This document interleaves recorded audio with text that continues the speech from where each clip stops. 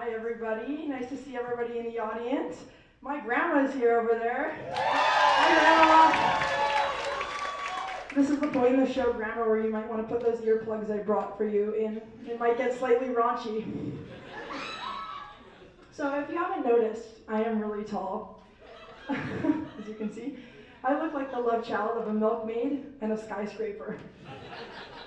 I have become an expert at identifying male pattern baldness 6 months before anybody else can. It's one of my skills. What can I say? Normal women, they get to buy their shoes at normal places, like a boutique or the mall. I have to buy all my shoes on www.dragqueen.com. It really sucks. So I got tall really, really fast. And by the time I was 13, I was 6 feet tall.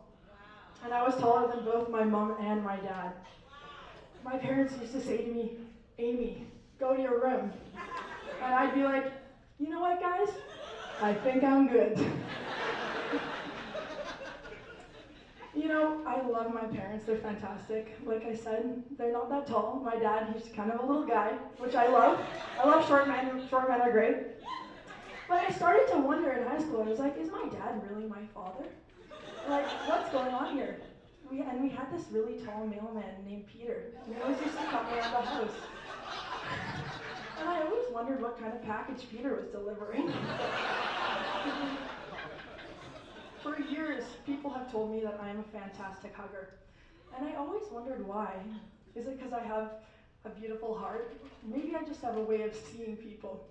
And then I realized, anybody who hugs me gets motorboated for free. So dating when you're tall is interesting because you get a lot of really intense reactions from men. Some men love it. They think it's the most amazing thing in the world. Some guys are not into it at all. And a few guys don't care because, I mean, we're all the same height lying down. But every time I go on the dating apps, I get the same 2 weird comments over and over again. And the first comment I get all the time is guys will say to me, girl, I want to climb you like a tree. They really say that to me. I'm like, okay, let's talk logistics. How are you going to get up there? It's pretty far. Well, I know you're going to need a foothold, so what are you going to do? Put your foot in my kitty? And then you're going to need a handhold, so you're going to just kind of grab a hold of my boobs and just fling yourself up there? Okay, and now you're up there. What are we going to do? Are you going to braid my hair? Are you going to sit on my head and look for a parking spot? I don't think so. And so the other comment I get a lot from men is they say, girl, I want to make some NBA basketball babies with you. Here's the thing, Chad. We're both white and unathletic, and you're 5'7".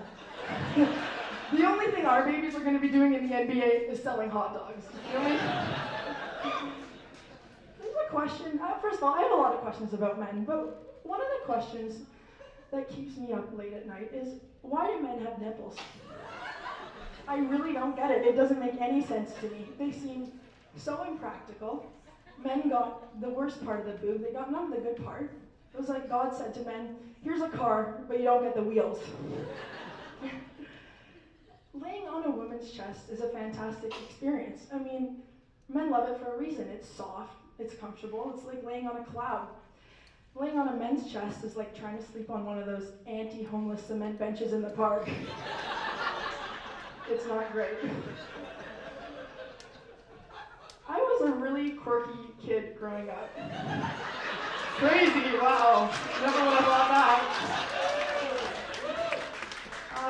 I had this weird obsession with the 1870s fashion.